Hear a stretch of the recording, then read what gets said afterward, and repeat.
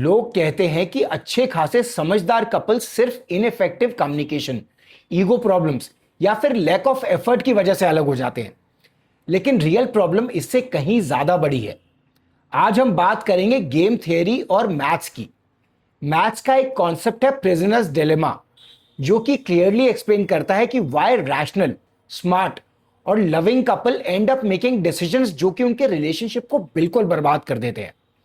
अगर आप किसी रिलेशनशिप में हो या फिर उस रिलेशनशिप में जाने वाले हो, तो this video will completely change how you view trust. Game theory simply explain करती है कि जब दो लोग इंडिपेंडेंटली डिसीजंस लेते हैं किसी भी ऐसी सिचुएशन में जहां उनके डिसीजंस है ना एक दूसरे को इंपैक्ट करेंगे, तो फिर वो लोग कैसे बिहेव करते हैं। गेम थियरी का जो सबसे अमेजिंग कॉन्सेप्ट है उसका नाम है प्रिजनर्स डिलेमा। मान लो आप और आपका पार्टनर है ना चोरी करते हुए पकड़े गए। आप दोनों जानते हो कि जो मैक्सिमम सजा आपको हो सकती है वो हो सकती है 5 साल की, अगर ये क्राइम प्रूव हो गया। लेकिन पुलिस के पास है ना कोई क्लियर प्रूफ नहीं है। तो पुलिस एक ट्रिक चलती है, वो आप दोनों को है ना इंडिपेंडेंटली एग्जामिन करती है। आप दोनों को अलग अलग रूम्स में ले जाती है और आपको एक ऑफर देती है।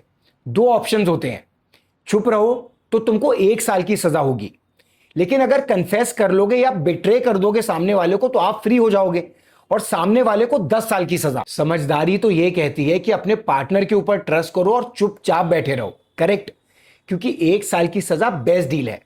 लेकिन यह मेंटल मॉडल एक्सप्लेन करता है कि क्यों दो रैशनल और समझदार लोग जब इकट्ठे होने की जगह अलग अलग होकर डिसाइड करते हैं ना, तो वो अपने लिए बेस्ट डील लेने के चक्कर में है ना वर्स्ट पॉसिबल डिसीजन ले लेते हैं।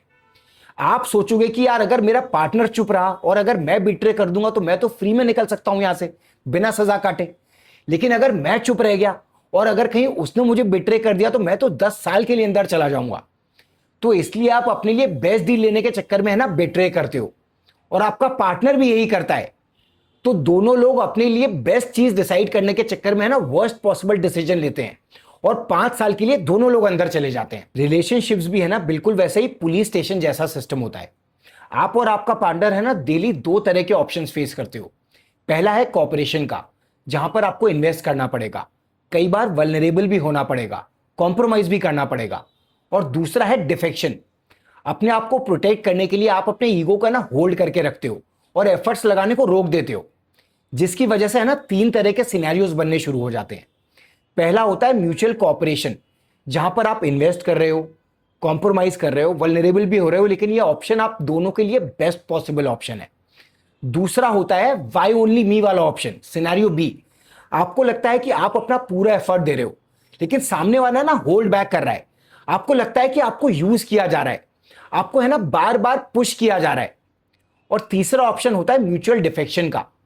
अपने आप को प्रोटेक्ट करने के लिए आप है ना होल्ड ऑफ करना शुरू कर देते हो, जिसकी वजह से आप जो एफर्ट्स अभी तक कर रहे थे उनको एफर्ट्स को है ना आप होल्ड बैक कर लेते हो और विड्रॉ करना शुरू कर देते हो। तो होता यह है कि जब भी आपका ट्रस्ट थोड़ा सा भी ब्रेक होता है ना, तो ह्यूमन साइकोलॉजी आपको हर्ट होने से बचाने के लिए डिफेक्ट करने पे मजबूर कर देती है, और आप उस रिलेशनशिप में एफर्ट्स डालने की जगह है ना डिस्टेंट होना शुरू हो जाते हो। और जब दोनों लोग डिफेंसिव मोड में आ जाते हैं ना, तो आप गेम थियरी के सबसे डेंजरस स्टेट में पहुंच जाते हो, नैश इक्विलिब्रियम।